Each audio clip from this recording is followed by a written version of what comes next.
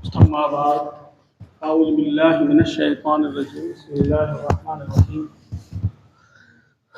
قال الله تبارك وتعالى في القرآن المجيد ومن يعظم شعائر الله فإنها من تقوى القلوب صدق اللہ العظیم۔ اللہ تبارک و تعالیٰ قرآن مجید میں ارشاد فرماتا ہے جو اللہ کی نشانیوں کی تعظیم کرے تو بے شک یہ دلوں کی پرہیزگاری ہے۔ اس عرس مقدس کی تقریب میں اس آیہ کریمہ کو منتخب کرنے کی وجہ یہ ہے کہ ہم نے ابھی مفتی بدر الدین صاحب کی جو گفتگو سماعت کی اس میں فیض کا لفظ جو ہے کئی مرتبہ آیا۔ ہمارے ہاں لوگ فیض، مستفیض یہ الفاظ استعمال تو کرتے ہیں، لیکن فیض کے بارے میں صرف یہی سمجھتے ہیں کہ لنگر جاتا مزے کا ہے تو بڑا فیض والا ہے۔ تو فیض کیا ہوتا ہے اور کہاں سے آیا یہ؟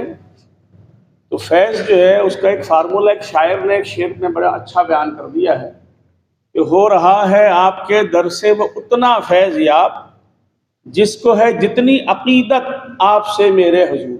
سبحان اللہ سبحان اللہ۔ تو فیض جو ہے عقیدت اور محبت سے ملتا ہے، تعظیم اور ادب سے ملتا ہے۔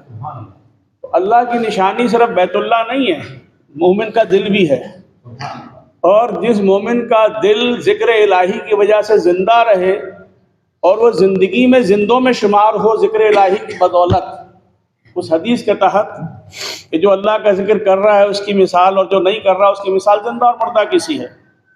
تو جو لوگ زندگی بھر ذکر الہی میں مشغول رہے تو اللہ تعالیٰ نے ان کو انعام یہ دیا کہ فَاذْكُرُونِی أَذْكُرُکُم، تم مجھے یاد کرتے رہو گے، میرا ذکر کرتے رہو گے تو میں تمہارا چرچا کرواتا رہوں گا، لوگ تمہارا بھی تذکرہ کرتے رہیں گے، تمہیں بھی یاد کرتے رہیں گے۔ تو جن بزرگ ہستی کے عرس میں آج ہم جمع ہیں اس مسجد نور المدینہ میں، تو یہ دراصل فیضان ہے صاحب عرس کا کہ ان کی نسل میں مفتی ابن مفتی ہمارے سامنے موجود ہیں۔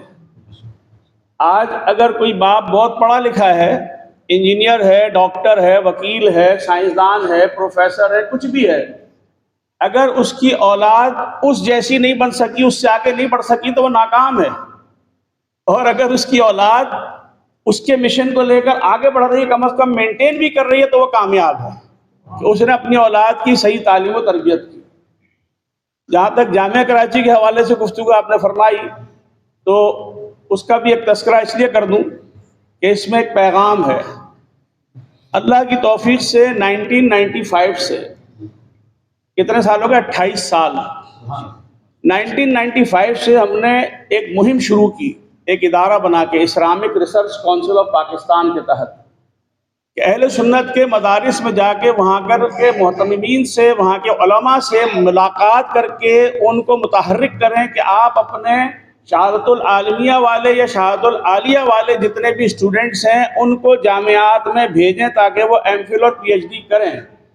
اس سلسلے میں ہم نے باقاعدہ اویئرنیس کے آگاہی کے پروگرامز نعیمیہ میں، اس میں اسلامک سینٹر جو ہمارا بنیادی مدرسہ ہے وہاں، ڈاکٹر فریدہ الزمانہ حیاتی بچیوں کے لیے اسلامک مشن یونیورسٹی میں، رہبر اسلامک فاؤنڈیشن، فیضان اکیڈمی، وہاں کئی جگہ مدارس میں جا کر علماء سے گزارش کی اور ان سے کہا کہ آپ اپنے اسٹوڈنٹس کو ہمارے یہاں بھیجیں تاکہ ہمارے لوگ جب M Phil P H D کریں گے تو پھر یہ کہیں سرکاری ملازمتوں میں بھی جا سکیں گے، پھر ہمارے اہل سنت کے لوگوں کے یہ کام آسانی سے کر سکیں گے۔ ابھی تو لوگ ان کو پہچانتے بھی نہیں ہیں، سارے دوسرے لوگ سرکاری ملازمتوں میں ہیں، اس کی وجہ سے ہمارے کام رک جاتے ہیں۔ تو 1995 سے الحمدللہ اس 28 سال میں کوئی سال ایسا نہیں گیا کہ جس میں حقر نے ایک preparation class for M Phil and P H D entry test کے لیے منعقد نہ کی ہو، اور اس میں ہمارے مفتی بدر الدین صاحب بھی ہماری کلاس میں، اگرچہ وہ دوسرے ڈپارٹمنٹ کے لیے انہوں نے اپلائی کیا تھا مگر اس کلاس کے لیے آپ بھی تشریف لائے تھے۔ تو بتانے کا مقصد یہ ہے کہ یہ سلسلہ جاری ہے، انشاءاللہ تا حیات جاری رہے گا، اور ادارے والے جو ہے وہ پریپریشن کی کلاس کے کم سے کم 1000-2000 روپے لیتے ہیں فی اسٹوڈنٹ۔ ہمارے پاس 70-80 اسٹوڈنٹ ہر سال آتے ہیں اور الحمدللہ فی سبیل اللہ ان کی یہ خدمت ہوتی ہے کہ اہل سنت کے بچے جو ہمارے آگے بڑھیں ان کا ایڈمیشن ہو جامعات میں۔ اس کا مقصد دراصل یہ تھا، تو الحمدللہ اللہ نے اس میں کامیابی عطا فرمائی، اور اس وقت تک جو اعداد و شمار میرے پاس ہیں 200 سے زائد مفتیان دین اسلام اہل سنت کے جامعہ کراچی، جامعہ اردو، ہمدرد یونیورسٹی سے اور دیگر جامعات سے ہماری اس تحریک پر ایم فل اور پی ایچ ڈی کر چکے ہیں اور کچھ کر رہے ہیں. 200 سے زائد مفتیان اہل سنت. تو یہ میں نے اس لیے بتایا کہ آپ کو تھوڑا تقویت ہو، حوصلہ ملے. یہ بزرگوں کا فیضان ہے. اب فیضان کسے حاصل ہے، کیسے پتہ چلتا ہے، فیض کیا ہوتا ہے، تو اس سلسلے میں چند باتیں صرف عرض کروں گا کیونکہ نماز کا وقت نزدیک ہے اور ہم نہیں چاہتے کہ جو ایک ہمارے معاشرے میں جو وقت کی پابندی ہے اس میں ہماری وجہ سے کوئی خلل پڑے. تو اس لیے کتنے بجے جماعت ہوتی ہے یہاں پر؟ 1:30 بجے ہوتی ہے نا. تو 1 بجے سے پہلے انشاءاللہ میری گفتگو ختم ہو جائے گی. اچھا 1:15 بجے تک بھی جا سکتے ہیں. چلیں.